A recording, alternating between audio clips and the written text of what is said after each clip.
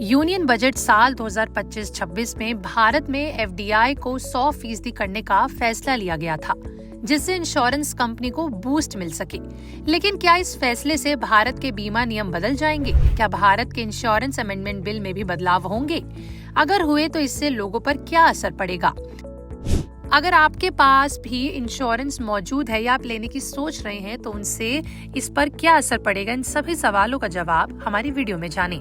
देखिए, अगर insurance amendment bill को हरी झंडी मिल जाती है तो एक रिपोर्ट के मुताबिक इंश्योरेंस सेक्टर में 100% एफडीआई का रास्ता खुल सकता है।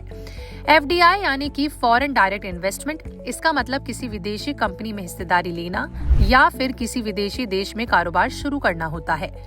एफडीआई देशों के बीच निवेश का एक अहम तरीका होता है और इसका 100% होने का मतलब है कि विदेशी निवेशक पूरी तरह से किसी भारतीय इंश्योरेंस कंपनी को खरीद सकते हैं या कोई भी विदेशी इंश्योरेंस कंपनी बिना किसी भारतीय शेयर होल्डर के भारत में इंश्योरेंस का कारोबार कर सकती है। इससे उन इंश्योरेंस कंपनी को काफी फायदा होगा जो अभी तक शेयर बाजार में लिस्टेड नहीं है। आपको बता दें कि इंश्योरेंस अमेंडमेंट बिल के कानून के तौर पर लागू होने के बाद कंपोजिट इंश्योरेंस लाइसेंस मिलना भी शुरू हो जाएगा। इससे सभी इंश्योरेंस कंपनियों को फायदा होगा। आपको बता दें कि लाइफ इंश्योरेंस कंपनियां हेल्थ इंश्योरेंस कारोबार में उतर पाएंगी और वहीं हेल्थ इंश्योरेंस कंपनियां लाइफ इंश्योरेंस बिजनेस में कदम बढ़ा सकेंगी। इसके साथ साथ insurance amendment bill insurance company की नॉन इंश्योरेंस कंपनी के साथ मर्जर की रोक को भी खत्म कर देगा। मैक्स फाइनेंशियल के लिए इससे सबसे बड़ा फायदा होने की उम्मीद जताई जा रही है।